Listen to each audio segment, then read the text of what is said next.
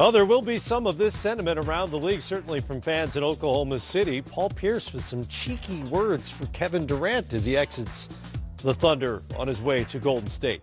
We spoke with a couple of Hall of Famers, Isaiah Thomas and Reggie Miller, about so-called super teams.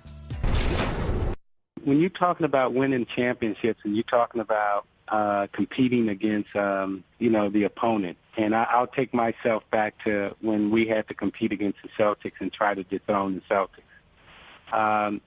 You always want to make the opponent weaker so you can, therefore, dethrone them. And if Larry Bird had any point in time said, hey, I want to come play for the Detroit Pistons, we all would have welcomed Larry Bird with open arms and said, hey, come play with us. In sports, I believe in dominance. I believe that, when you do have super teams and you do have great players playing with each other, I think it makes the game better and it elevates the league and it forces everyone to dig a little deeper and get a little better. So I refer to those Celtics teams and I look at those Lakers teams. I mean, Matt, when I stood on that podium with the 50 greatest players ever, I was the only one on that podium who didn't have a teammate that was one of the 50 greatest players to ever play the game. So all these, when we talk about great players moving from team to team to play with each other, that's always been the history of our league. However, that hasn't been the narrative of our league. But when you look at that Laker team, when you look at that Celtic team, all those teams were stacked. And I'm sure when Jerry West had a chance to speak to Kevin Durant, he probably pointed out to him that Magic played with Kareem, Worthy, Bob McAdoo, so forth and so on. It's that's how the league is. I never wanted to play with them. I always wanted to beat them because it was a sense to me of pride and purpose to beat the other greats. Would it have been nice and probably easier on my body to play with those guys? Absolutely, yeah. I'm no dummy to play with Michael Jordan. Yeah, I just, camp out in the wing and just shoot threes. But I wanted to compete against the other best of my time. This is no knock on LeBron from Cleveland to Miami and no knock on Durant from OKC to Golden State. I understand it. We are judged in our game by championships, and that's what people always bring up about me. I never won a championship. Great playoffs, great career, one city, one team, but at the end of the day, I didn't win championships. And when it's all said and done, if Durant has 2, 3, 4 championships, we're not going to talk about him defecting from OKC to the Warriors. We're just going to focus in on his championships. And he looks around the landscape of the NBA, and he sees LeBron James just got his third.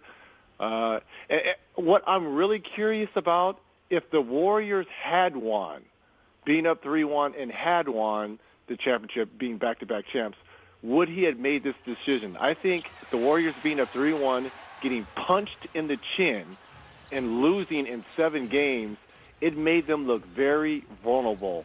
And I think this was the best time and the right time for Durant to join them. I don't think he joins this team if they're back-to-back champions.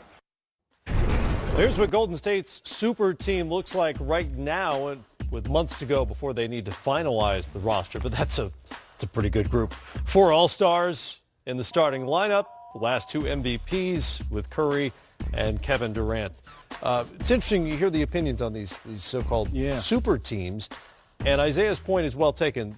NBA champions throughout history typically have had more than one great player. Right. I guess where some people feel like it's maybe changed or where it rubs them the wrong way is when it happens inorganically in some way. Right. They don't come up together. They don't go through the battles and suddenly they form a team, almost in an AAU sort of sense. Where do you stand on this? Well, I think to win a championship, you have to have players, and you have to have layers of players. When you look at the San Antonio Spurs, you got Manu Ginobili, you got Tim Duncan, you've got Kawhi Leonard, you got Parker. Yeah. That's 4 potential. You can make an argument that they're all-stars.